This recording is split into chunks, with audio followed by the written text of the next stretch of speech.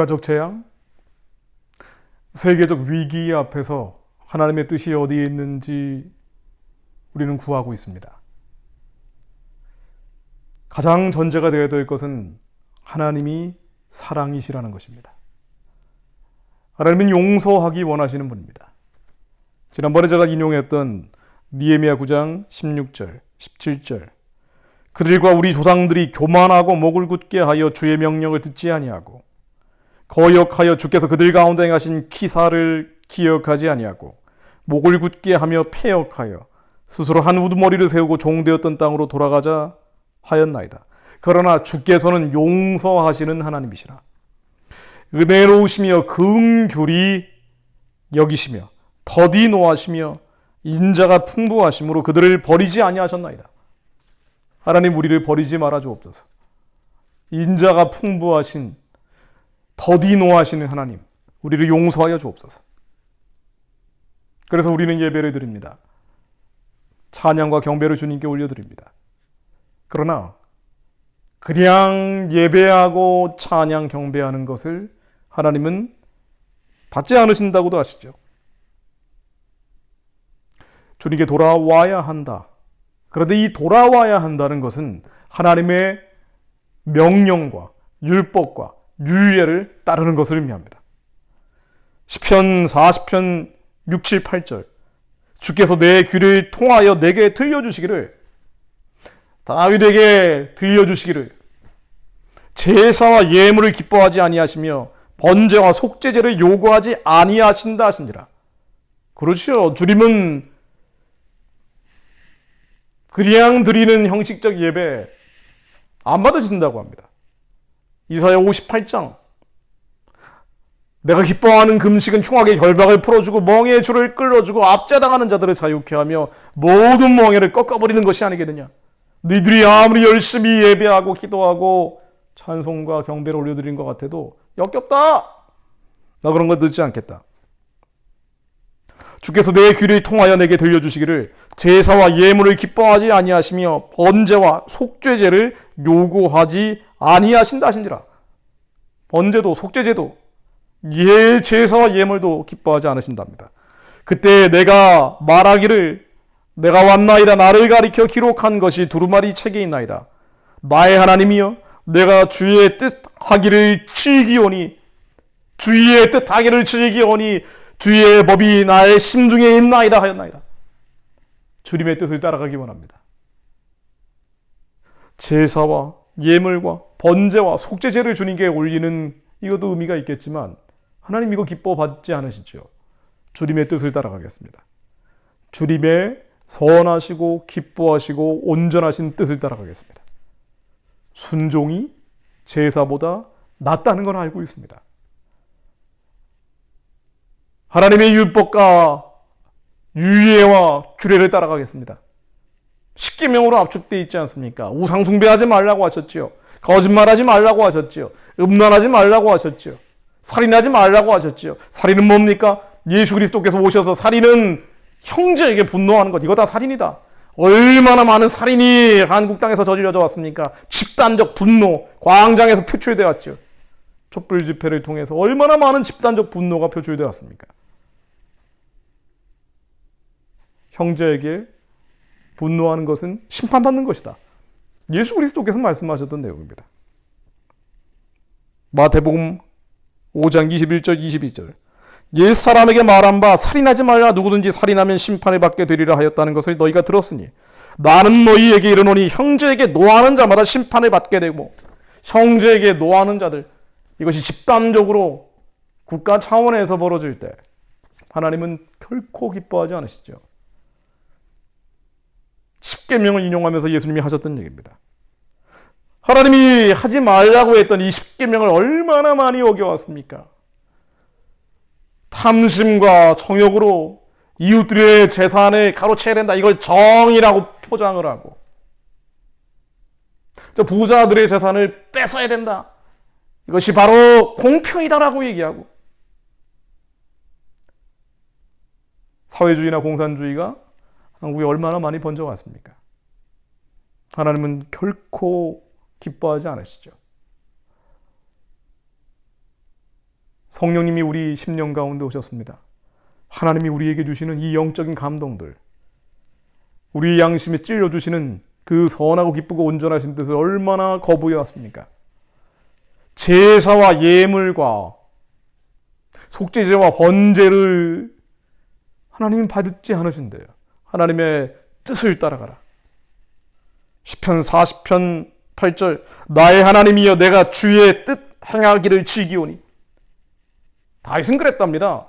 번제와 속죄제, 제사와 예물을 하나님이 기뻐 받지 않으시고 나의 하나님이 내가 주의 뜻을 행하는 것, 이것을 즐기오니 주의 법이 나의 심중에 있사오니.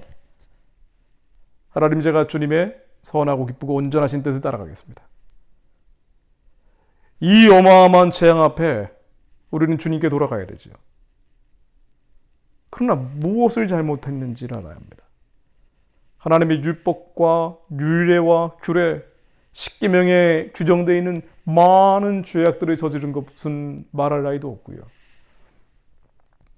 결코 나 이외에 다른 신을 섬기지 말라 하였는데 종교다원주의가 교회 안에 파먹어 들어가면서 에큐메니컬 운동이라고 하는 이 화해, 연합, 일치 운동이라는 교회 간의 통합이 예수 위에 그리스도가 있다는 수많은 이방 종교들을 연합시키는 도구가 되어버렸죠.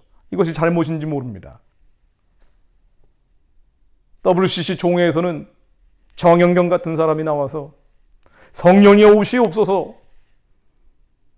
지역에 있는 샤머니즘 행위들과 연대하는 형태를 보여도 그러한 단체에 들어가는 것이 잘못된 것인지 모르고 우리는 제사와 번제와 속죄제와 예물을 드리는데 급급했습니다. 그러나 이 국가적 재앙 앞에서 우리는 다시 돌이켜야 합니다. 무엇을 잘못했는지, 한국교회가 국가적 차원에서 무엇을 잘못했는지, 하나님의 뜻을 무엇을 따라가지 않았는지, 민족적 부르심을 어떤 걸 이행하지 않았는지 너무나 명백한 거 아닙니까? 하나님을 버리고 패역하고 이 죄악과 탐심과 정욕이 너무 고질적 기질이 되다 보니 나만 살아야 된다, 탐욕과 이기심이 팽배해버리고 북한에 죽어가는 동족들을 돌아보지 않았습니다. 이거 정말 잘못한 겁니다. 죄악과 탐심과 정욕과 음란이 지배하다 보니 하나님을 떠나버리면 이런 것들이 없을 수밖에 없죠. 그러다 보니 결과적으로는 2,500만 동족들을 보지 않게 된 겁니다. 지난해 5월에 영국의 인권단체 코리아 퓨처 이니셔티브라는 데서 성노예, 중국 내 북한 여성과 소녀들의 매춘과 사이버 섹스 강제 결혼, 제목이 아주 깁니다. 보고서를 냈죠. 제가 강연 중에도 여러 번 인용을 했던 보고서입니다.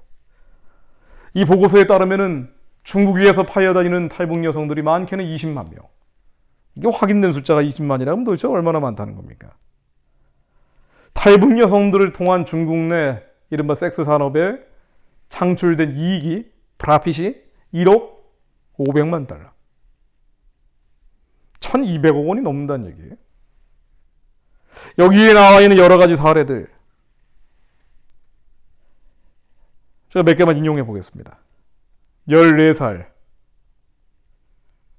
A, 첫 생리 후 성관계에 대한 개념조차 없는 소녀였습니다. 한국 땅을 밟기 전에 3번 팔려갔죠. B라는 소녀도 있습니다. 10살이 안 됐습니다. 9살이에요. 9살. 10살이 안 된 북한 소녀가 컴퓨터 화면에서 성행위를 강요당하는 사례도 적혀 있습니다. 20대 C라는 여성이 있습니다.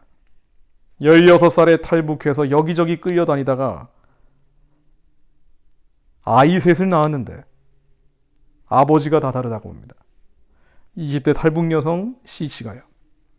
애 둘은 지금 살았는지 죽었는지도 모르고 누구 애인지도 모르는 애를 배 안에 안고도 성적 학대에 폭행을 당하다가 중국에서 한국으로 넘어왔습니다. 그 아이를 끌어안고 이렇게 얘기합니다. 널 어떡하니? 어떡하니? 나랑 그냥 같이 좀 울자. 넌 어떻게 나랑 똑같은 삶을 살고 있니? 그렇게 한참을 목 놓아 울었습니다. 이 인생은 꿈과 같은 것이니까 우리가 당하는 고통들 잠시 잠깐 스쳐가는 것들이니 별거 아닙니까? 아니요. 이거는 현실이죠. 리얼리티입니다. 우리가 당하면 아픈 것처럼 아픈 자들이 얼마나 아픈지 하나님이 함께 느끼라고 했습니다. 우리도 갇힌 자처럼 갇힌 자를 생각하라고 했습니다. 사망으로 끌려가는 자가 있다면 그들을 구원해내라고 했습니다. 그 이하를 구하러 갔던 다윗의 심정이 그거였습니다. 본인도 쫓기고 있었지만 그 이하를 구하러 갔습니다. 또 다른 여성 디시입니다. 잘 알려진 인물이에요. 소설가이시죠. 실명은 빼겠습니다. 북송을 3번째 당했을 때입니다. 임신이 된 상태였고요. 임신 3개월째. 보안소에 끌려가 침대도 아닌 책상에서 마취도 없이 입고 있던 옷을 입에 물고 처참하게 강제로 낙태를 당했습니다. 자궁 속을 긁어내는 일륜적, 반일륜적 낙태를 당했는데 당시 느꼈던 건 육체적 고통이 아니라 아이를 잃은 어미의 마음이었습니다. 이 보고서 중간 제목이요. 집게와 양동입니다. 집게와 양동이. 20만 명이나 되는 탈북 여성이 중국에서 당하고 있는 일들이고 중국 공산당 정권의 방조와 북한 노동당 정권에 의해서 저질러지고 있는 일들이고요. 이 가련한 여인들이 인터넷을 통해서 화상으로 음란한 행위를 하는 것을 가장 많이 소비하고 있는 게 남한의 남자들이다. 그렇게 벌어들인 돈이 이 연에 1억 500만 달러다. 우리 한국의 많은 북한 선교단체들 북한 선교한다면서 하는 것은 북한 주민에게 전혀 들어가지도 않는 북한 정권에 대한 인도적 지원들, 거기에 고아원을 짓는다 한들 주민들에게 들어가겠습니까? 거기에 쌀 공장, 국수 공장을 짓는다 한들 주민에게 들어가겠습니까? 빵 공장을 짓는다 한들 주민들에게 들어가겠습니까? 빵과 국수, 쌀은 말할 해도 없고요. 북한에서는 사치품입니다. 북한에서는 영양제예요. 북한은 군대가 무너지면 체제가 무너지기 때문에 군대를 어떻게든 유지해야 하고요. 그 군인들 숫자가 117만 명입니다. 그 중에 특수부대가 20만 명입니다. 쌀 공장, 국수 공장, 빵 공장이요. 북한으로 지어지는 이 많은 물품들은 군대로 들어가겠죠. 체제를 유지하고 정권을 유지합니다. 그리고 이 사악한 정권, 이 악랄한 체제에서 지금도 많은 여인들이 피눈물을 흘립니다. 한국교회가 북한 선교를 한다면서 지난 수십 년 동안 해왔던 일들입니다. 나랑 악에 대해서 협력하지 않았는데. 아니요. 방관했죠. 결과적으로는 협력을 했습니다. 아마 북한 체제가 무너진다 하면은요, 한국교회가 계속 이런 식으로 하나님을 떠나버리고 하나님의 율법과 유예와 계명들을 지키지 않고, 그러면 한국은 심판받겠죠. 한국은 멸망당하겠죠. 물론 그렇게 된다라고 저는 보지는 않습니다. 그렇게 되지 않기를 위해서 계속 기도하고 있습니다. 마지막까지 사명을 감당해야 된다라고 깨우는 사람입니다. 그러나 돌이키지 않는다면, 그러면 한국은 하나님의 거대한 회초리를 맞겠죠. 그것은 심판의 몽둥이가 될지도 모릅니다. 그런데 그렇다 하더라도 북한 체제와 정권은 무너집니다. 이것은 필연입니다. 하나님을 대적했기 때문에. 심지어 하나님을 참칭하고 여호와의 영광을 뺏어가 버리고 김일성, 김정일, 김정은에게 모든 영광을 돌려버리겠다라고 70년 동안 외쳐왔기 때문에 이 가증한 일에 대해서 하나님은 반드시 징치하십니다. 그리고 주민들은 해방될 것입니다. 한국 교회가 하지 않는다 하더라도 그것이 역사의 흐름입니다. 그러나 그 이후에 마치 예루살렘에 세워져 있는 유대인 홀로코스트 기념관에 나치의 악랄한 행태와 함께 여기에 협력했던 독일 교회의 음란에 대해서 자세히 기록되어 있는 홀로코스트 기념관의 기록물처럼 북한의 우상숭배 체제가 무너진 다음에는 정치범 수용소가 있던 자리에 유사한 기념관이 세워져 여기에 북한 우상숭배 체제와 타협하고 심지어 연합해왔던 한국교회의 죄과들이 기록이 될 것입니다. 그러나 하나님이 이것을 원치 않으십니다. 그래서 돌이켜라. 저 가련한 자들을 살려내기 위해서 기도해라. 체제를 돕고 정권을 돕고 김일성, 김정일, 김정은 수령 독재를 연장시키기 위해 인도적 지원이라고 포장되어 있는 이러한 행태들을 그만둬라. 회개하고 하나님께 돌아와 주님의 말씀이 한반도 위에 임할 수 있도록 부르짖어라.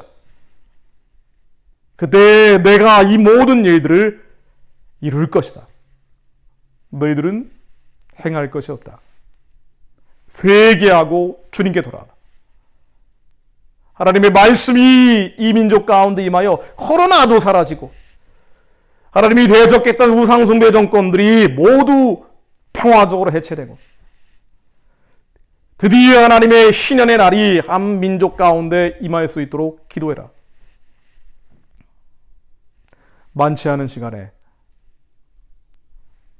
한국의 남은 성도들, 남은 교회들이 부르짖어야 합니다.